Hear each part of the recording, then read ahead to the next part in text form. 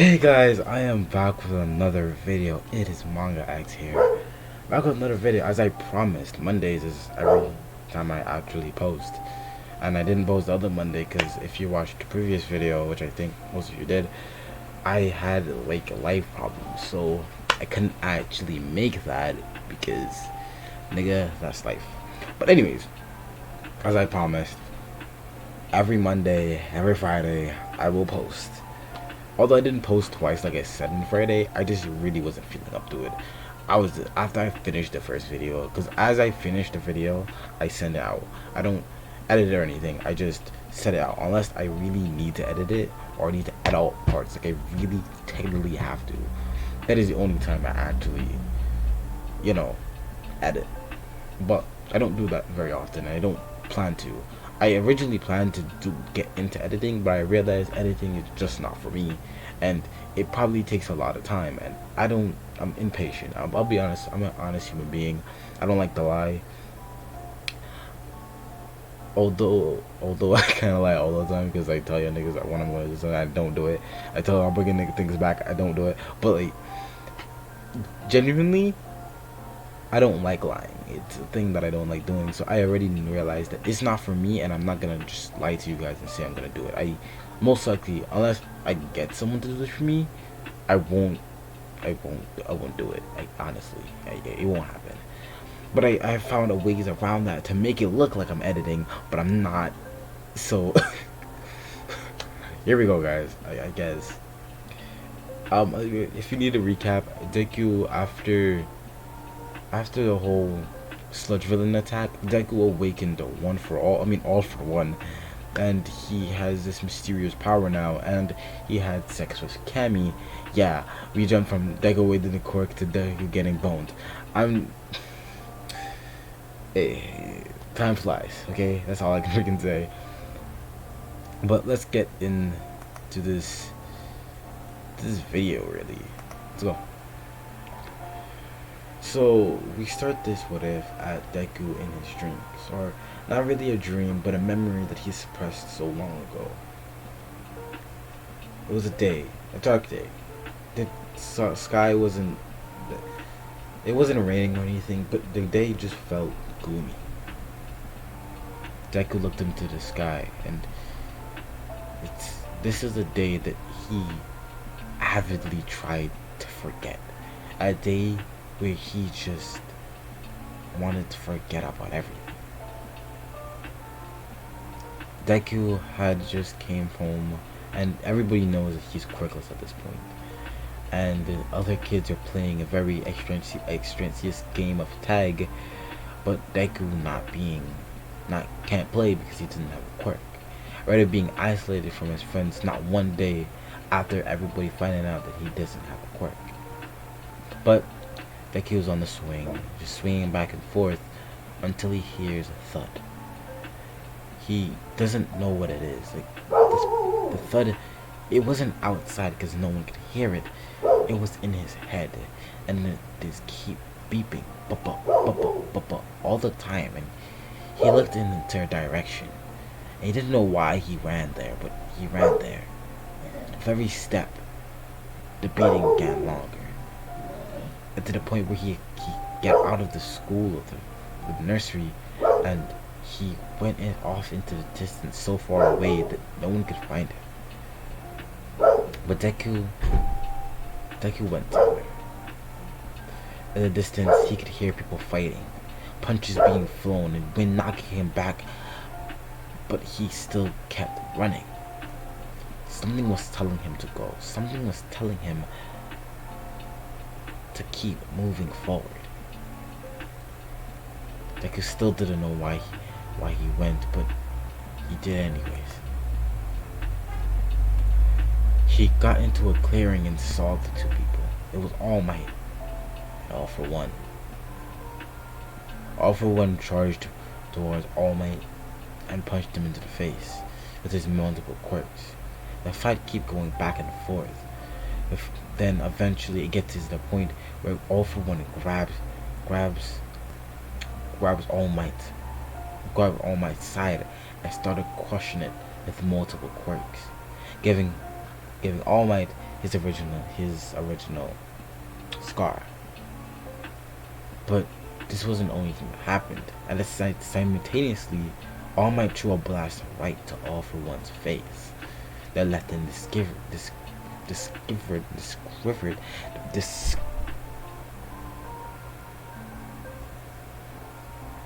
disfigured. Hold on, guys. Pause. Pause. Pause. Pause.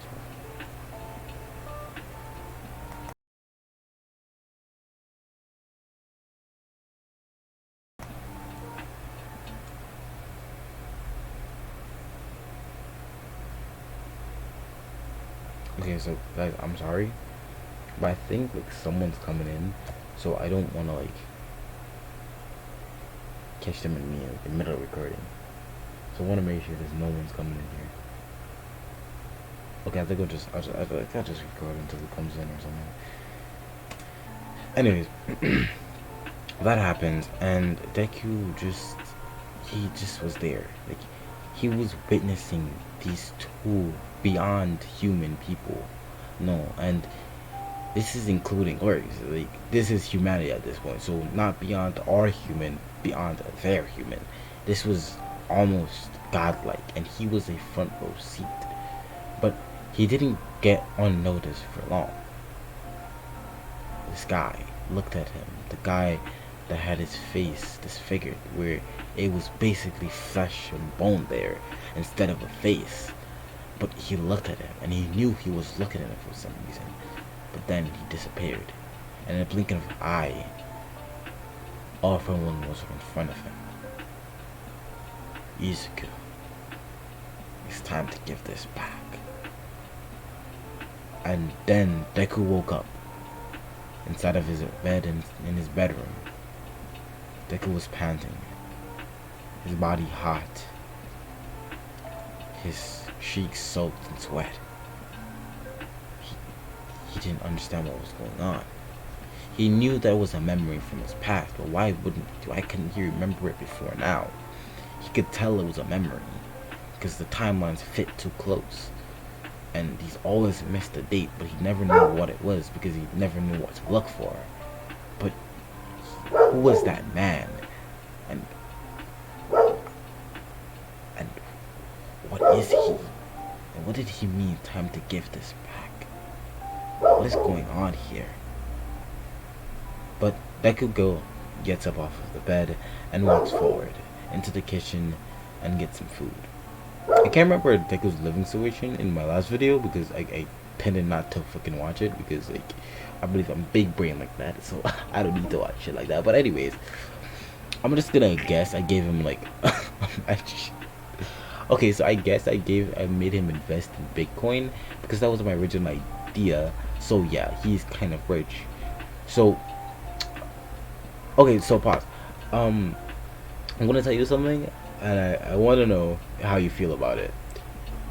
Originally, what I was gonna do this entire scene was I was going to make Iko leave Midoriya in like the worst way possible, but I decided not to do this because I wanted this to make it a contrast of the original manga. But the thing is, the only difference is that Deku has a one for all. I mean, all for one, and not one for all. So I'm just flipping out the two powers, and I'm basing the story like exactly on canon. So I can't just fling Inko to the side. But I just want you guys to originally know that is what was going to happen. Jesus, my words are ass today. But anyways, your boy is always here and got you in clutch. Anyways, now that's cleared up and figured out, I have a question. Are you ready to go back into the story? Because I am. I know y'all niggas are like fucking hate when I like break it. Or I'm done. So Deku gets out of his bed and he goes to dig up a beach. He's already getting living situations and for his mom and everyone, and he's kind of glowed up. He's more taller and muscular to the point where he kind of looks like the Deku on the thumbnail, but not just yet. His hair is turning white, and he doesn't feel like he wants to dye it black to green all the time. He thinks he's just gonna leave it that way, and he just he's just really chilling, to be honest. He doesn't. He's trying hard. Because now, oh yeah, let me tell you the quirks that Deku has at this moment.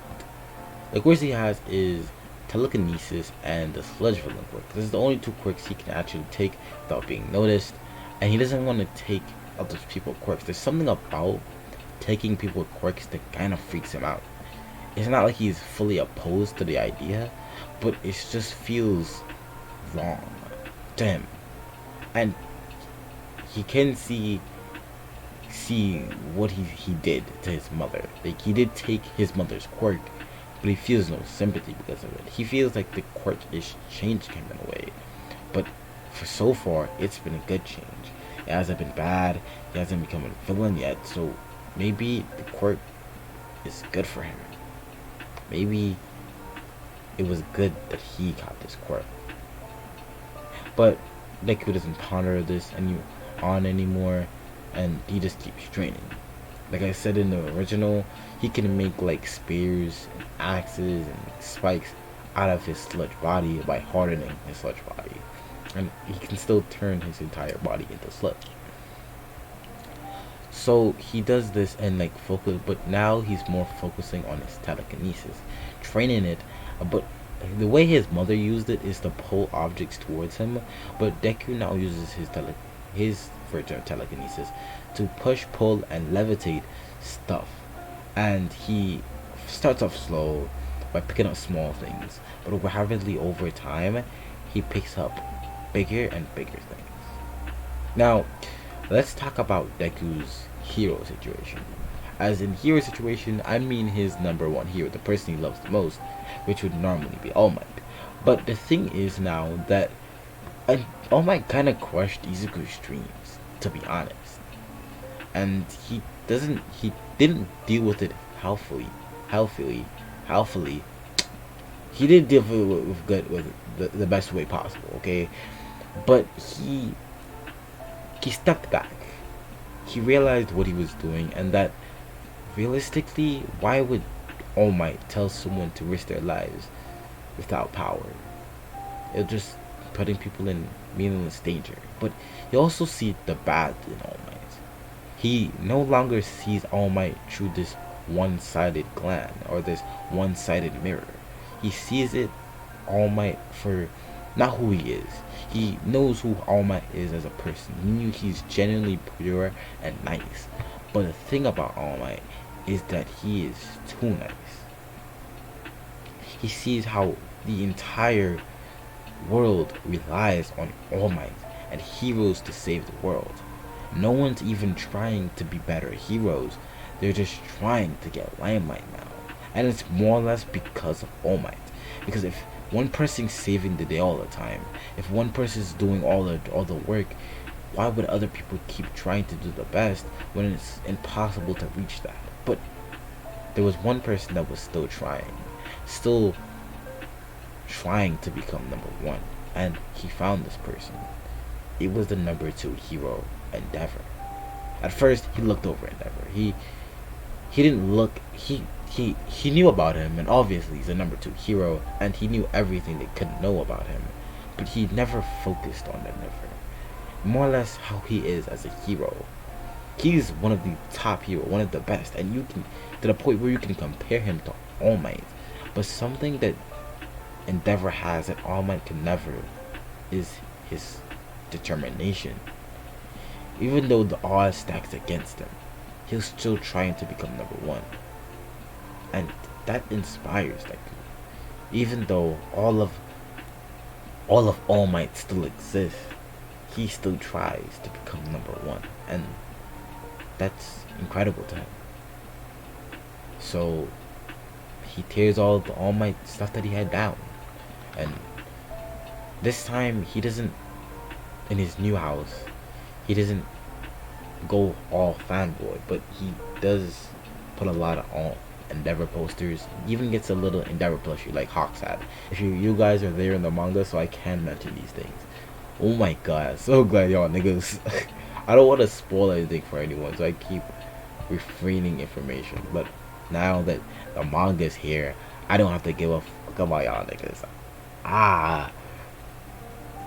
Anyways, Deku is now like he's on his way to being a great hero. He has two quirks, and both of them are pretty useful, to be honest. But let's get back into this. So it's the day of the UA internship, not internship, UA entrance exam. Oh God! And Deku's wearing his junior uniform, but he looks completely different in it. And he looks so tall, handsome, and he walks with this confidence, with his head still in front of him, not looking down, side or up, but he's ignore that, guys. Ignore that, please. Anyways, he walks forward and just a person that basically demands respect. But that's not important for him. He goes in and he doesn't fall on the same shape, but it does look like he was going to, because he caught himself before he could fall, and Uraraka still touches him. Now, remember, Uraraka and Deku still dated, but this Deku doesn't look like the same goddamn person. They're very similar, but if you didn't look at him properly, you wouldn't realize it was Deku. Because now Deku has this white like accent on his hair, like a big strand of white hair like going down the middle, and it's pretty cool. Actually, it's very cool looking, but you know, they wouldn't realize it's him since they hold different hair color, hairstyle, and taller and more built physique. So Deku is kind of like a little bit taller than Todoroki, because if you really look at it, Deku is kind of short, but he's a little taller than Shigaraki. I mean Todoroki, and like maybe a little bit shorter than Bakugo, I think. But he's a fair height. He's not like super tall, but he is genuinely tall for his age. So he thanks her for trying to save him. Well, he does know this because Uraraka didn't really change, but he decides not to say anything about it because he doesn't really care. It's not that he doesn't care or care about Uraraka anymore. It's not like all the time they spend together was for naught. Like it's kind of really hard to get rid of those feelings for someone, even if they hurt you. It's kind of hard. But he doesn't really feel the need to inform her about everything in his life, or even if she doesn't notice him, why would he go out his way to make sure that he notices him? He doesn't need her to notice him anymore because they're not together anymore. So Deku thanks her and walks off. Uraraka looks at Deku's back, while not knowing it's Deku, seeing something familiar in him, but she just couldn't put her finger on it. She soon snaps out of it and walks forward, not looking back either. Deku walks into the halls and everything happens to Ken and even Ida, but Deku says something this time. He tells him, "I think you should listen to the teacher a little bit more and wait till he's finished explaining. I think you're a little too uptight to be honest. I can see you're gonna be a bother in the future." And Deku he's just quiet again and basically whatever. But whatever.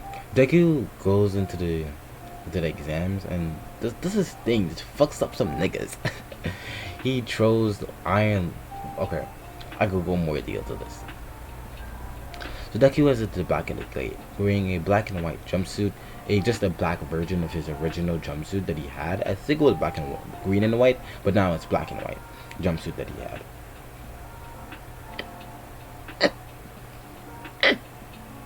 But yeah, Deku's in the front. He pushed his way into the front with no one objecting, because seeing the kind of aura that are around this kid, it kind of made them a little bit fearful. But Deku really could care less, and he got into a running position. As the door opens, Deku falls through, turning his two hands into sludge, and using his two hands into sludge, and then throwing two lances. Turning off that cord, and then using the telekinesis to pull 4 robots into the 2 lances, killing. So there's 2 on each lance. So he kills 4 bats in a matter of a second. But he doesn't stop there. He then turns his hand black into sludge, and then spews hardened sludge at other villains, other robots, damaging them also. But that is not enough to finish them. So he creates 2 more lances, but this was only more to attract more robots to the destination. So he makes 2 lances, but this time he increases it using his telekinesis, pushing it even faster down, hitting and causing an explosion, destroying more robots. And he then turns his hands back into axes, both of them slicing and cleaving through robots, running faster and faster, jumping off of buildings and signs to get an advantage over the others. Soon enough, he almost beat the score for All Might, but he didn't completely beat it. He was just really close to doing it. But then Deku lands on the floor, and he says that's all for today. He doesn't really want to stress himself out with all that bothersome effort. So Deku turns back and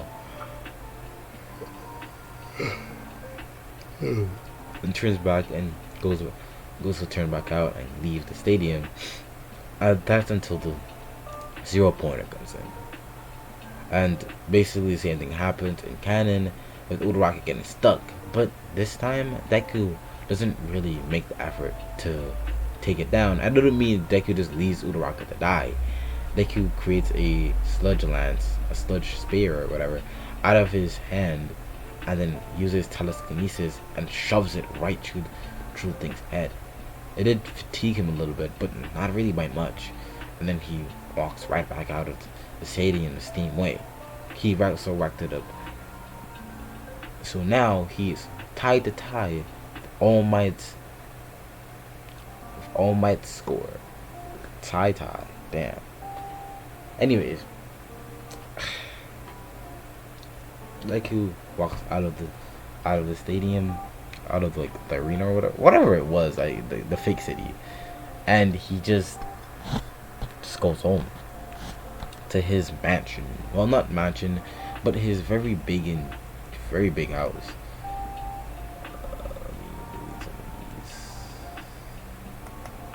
Okay, so I'm just deleting some of these. I don't need them right now. I need them for like Friday's video. So if you don't know, Friday's video is like this video. If you really didn't do, but this is their house. Yeah, that's their house. They live in it. Big.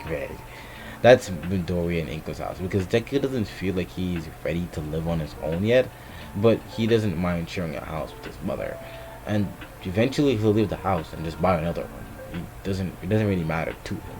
But Cammy comes over time to time too.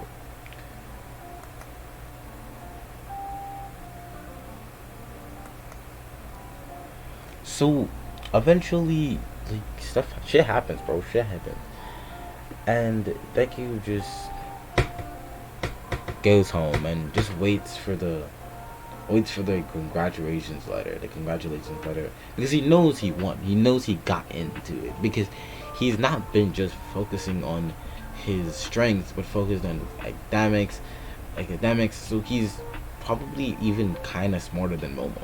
I'm not saying kind of, because it's all hypothetical up in there in the sky on that one, because I don't think that realistically Deku would be able to reach her intelligence that fast, because Deku came I think Mineta scored higher than Deku. Mineta scored higher than Deku, and even Bakugo did. So to Deku to leap from leaping over Bakugo and Mineta, I think it'll be a triple stretch. So he's just a little, he's a little, not by much, a little less smarter than Momo Yaoyorozu, and that's just giving his IQ base. But he's pretty smart. He got most of the questions right anyways. Doesn't really matter. Anyways, Deku does all of that and goes back into his room, into this new room that's filled with mostly Endeavor merch. But there's still some All Might stuff here and there, but it's not really by much as it was before. Because remember, Deku doesn't idolize him like he used to. He sees the truth of being All Might and being a simple piece like that. It kind of just disheartens, kind of for a while, disheartened him into being a hero. My words are as, please forgive me. Anyways, so Deku just is in his bedroom and he gets a call from Cammy. And if you know what's going to happen here. So again, if you are below the age of 18, please click off the video. Although I know even if you were below the age of 18, you're still going to watch it because you are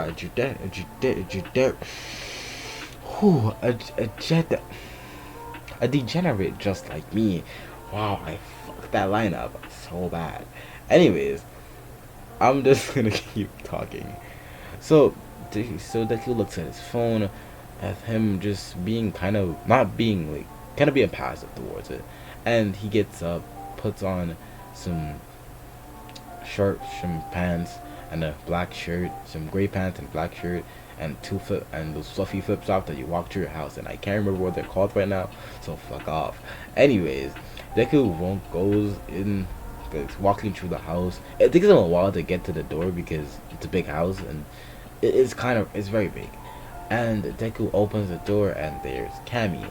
No, I just want to make sure you guys know Cammy will not be the only ship. I want to tell you them now, but it would just kind of ruin a part of the series that I want to go into. So you figure it out, and after I introduce that person, I'm gonna tell you the rest of the ships. I think you already know one is Cammy, one is Toga, and what I'm going to do with Toga is kind of interesting. Just stick around to figure out all of that. But I'll go back into the story. Sorry for my rambling. This is actually, it's kind of ironic because Deku kind of does ramble and I'm rambling. Well, whatever. Okay, let's get it back into the video and you stop being an asshole. So Deku answers the door and Cammy hugs him and like she kisses him on the lips. And Deku like holds her hand, like walking her to his room. And then when they enter his room and Deku closes the door, Cammy kisses Deku and they just get to the bed where Cammy's on top of Deku. Cammy kisses Deku on the neck and asks him, you know what? Why are we having sex first and I come down here? And Deku says, you're the one who kissed me, nigga. He didn't say nigga, but you understand what I'm saying. She says, fair enough, and then she starts kissing Deku and like grinding on top of him. Deku then slowly reaches his hand into her skirt, cause she's wearing a white button up and like a black skirt with some black leggings, and Deku's slowly put his hand into her skirt, going under her panties and kind of like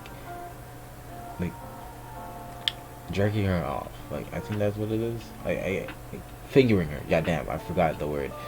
And I promise you, I get bitches. It's just the word escaped me for a bit because that right there made it seem like I get no bitches, and me explaining how I do get bitches makes it seem like I don't get bitches. I'm just gonna shut up now. Anyways, Deku just does his thing and like he keeps on fingering her, with her moaning into their kisses, and then Deku flips her over. Deku then pulls down the pants, and like his huge his cock, ooh, that sounds weird coming out of my mouth. Anyways, ooh, that sounds even weirder. Anyways, Deku pulls out his cock and like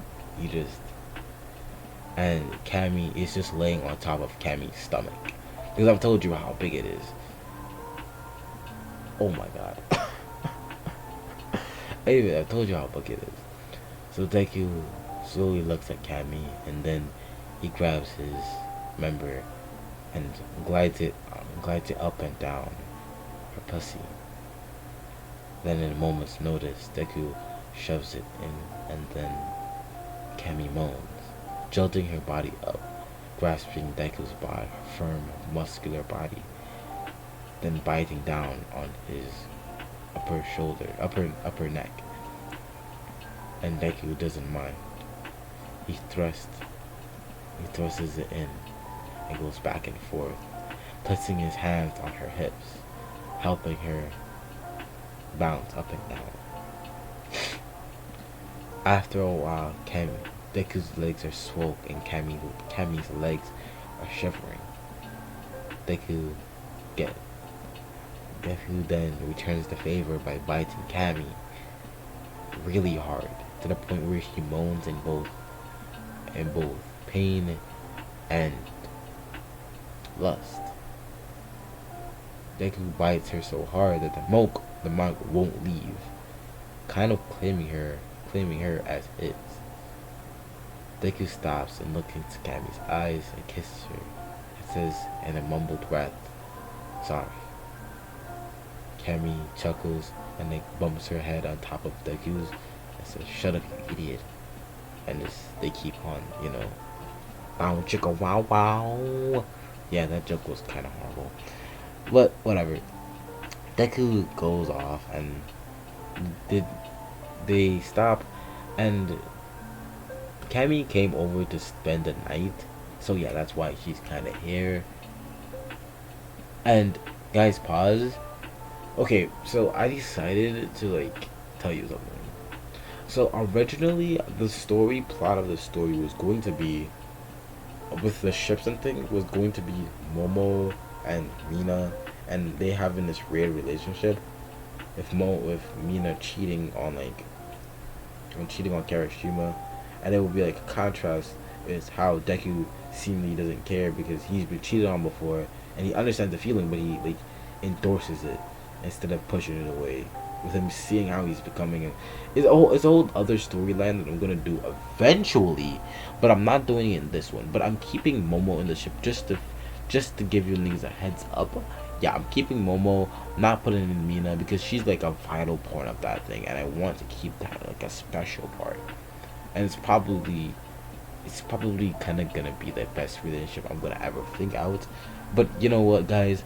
I'm your guy, and you're gonna love it. I know you're gonna love it. So let's just get back into the video. Oh, and where I'm going to stop is kind of around the beginning of the HSJ, because I realize now that I won't have enough time, and it's gonna be way too goddamn long.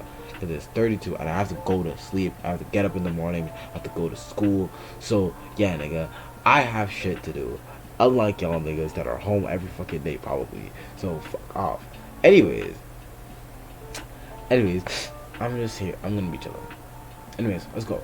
So Deku just gets up and Cammy is laying down next to her. And oh yeah, by the way, Inko knows Cammy's there and knows Deku's and her relationship. But yeah, whatever.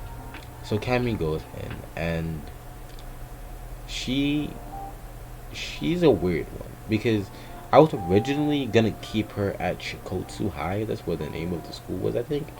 But right now, I think I'm gonna put her into UA. I'm not gonna let her go into class 1A. I'm gonna put her in class 1B. And the reason for that particularly is that her quirk is just not for the class.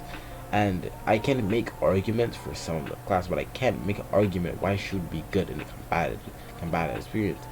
The only way I can even justify it is by seeing her fight with Deku in the license arc. That wasn't even her, that was Toga. So Toga would have to be in class 1A. But she's not Toga, and she doesn't have that ability. I'm gonna give it to her eventually for her Chiro training, because she decides that she's gonna be a spy hero. Because ever since she was a girl, she was told her quirk could be used for so many things, and it could frame people, it could make other people see a different side of stuff. So her quirk was restricted for a long time, but she thinks she'll be do really good as a kind of like a spy hero. And she kind of likes this idea. But whatever. Deku goes in and just does his thing. And he gets the letter. The the letter from All Might and tells him she gets in, but Cammy also gets into UA, but they're in two separate classes. Deku's in class 1A, and Cammy is in class 1B, so class 1B just has the one member. So, whatever. So Deku does all, so they do preparations, and next year, I think it was a month later, they go to UA, but Deku's uniform looks a little different. Instead of wearing like the traditional like vest and stuff, he wears the sweater vest. Because in Japan, there are like, I see like these sweater vests. So I always assume that like every school technically has a sweater vest, but it's an optional thing for like when you're in the summer or it's in the winter. But Deku's gonna wear it all year round because it looks cool to him. It's a gray sweater. There's a sweater vest and there's a sweater, but Deku's gonna use a sweater for season 1 to the point where all the way to the point where he just wears in the canon where he wears just the white shirt and like this tie. Until that point, he's gonna wear the entire sweater. But when he gets to that point, he's gonna be sweater. I'm not gonna mention it, but just imagine that in your mind. So yeah, Deku does that, and like the rest of the fit is the same, but Deku always being taller and like has less baby fat. Yeah, it looks way better than it would normally. And the tie he does, the black tie, but it's long and it's not short, like how in Deku's is in canon. It's like a long tie and it's over. So the Deku's white clothes are sticking out of the neatly sticking out of the sweater, and he has a tie over the white and the vest, so it pops out a little bit more. So Deku goes to the class 1A, and everything happens to canon, all up to Deku's ball throw, and Deku throws the ball like in canon, but you know, with sludge and using telekinesis, he kind of gets it even further. And yeah, and that's just kind of it. So when Bakugo, so I'm not gonna do the encounter because it never really happened. So Bakugo is still weird to see Suku, and it's basically the whole entire interactions. But how did Deku get a quirk and blah blah blah? And he sees it as Deku gets 2 quirks. Yeah, whatever. He awakened 2 quirks from his family, and he just like he can't act because he knows Inko's quirk being telekinesis. He knows that it's that because Inko and Bakugo's mother are friends. Whatever. Deku, then the whole hero training thing happened, and Deku and Uraraka are still paired up, and everything kind of happens the same except the fight. So at first, Deku's on the defensive, shielding and using a slug shield to block and defend off of Bakugo's blows. But instead of that, now he's on the defensive, but he's not on the back foot. It's like a dance. Well, people who looks at it, they see it like it's a dance, not really a fight.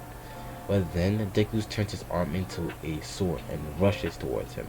He also picks up rocks to distract Bakugo from the debris that he let loose when using explosions, hitting the Bakugo with them, with Bakugo able to destroy some, but he barely manages to block the sword swing from Deku.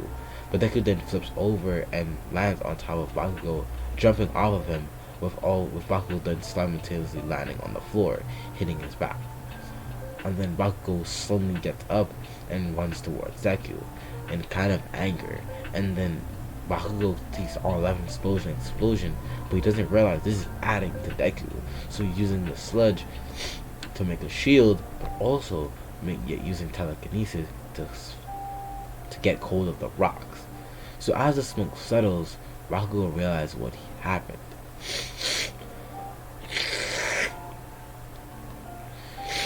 Realizes what happened, and he, in a panic, lets loose the whole explosion he did in canon.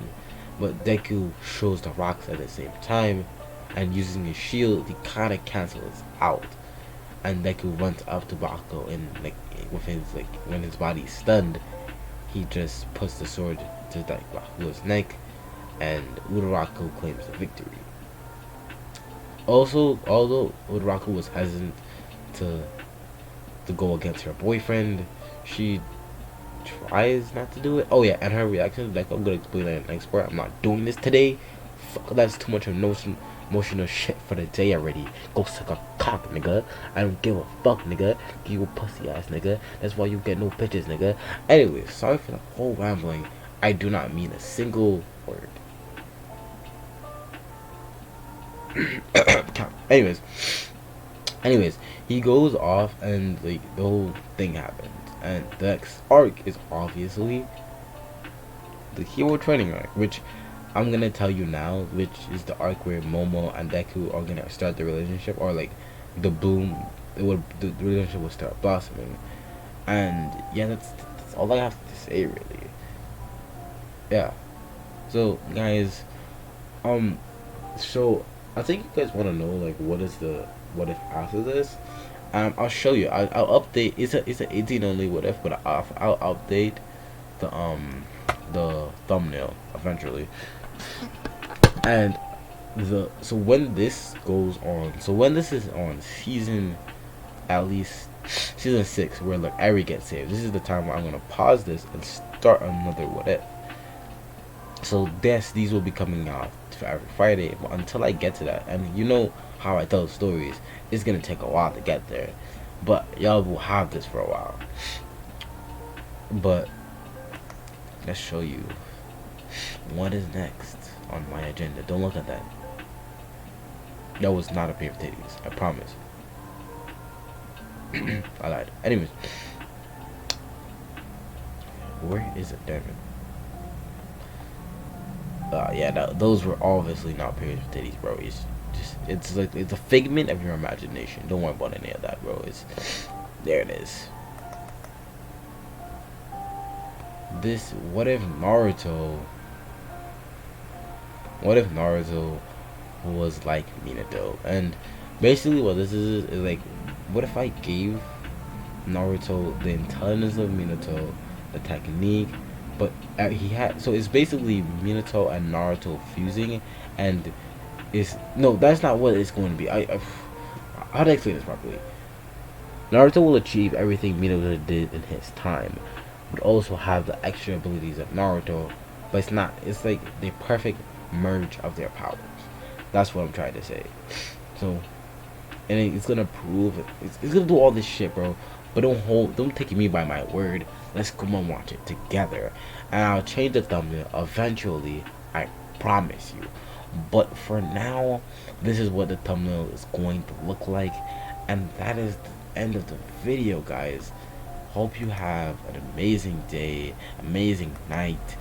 Lonely light, morning grace. Yeah, you niggas don't want to hear me, but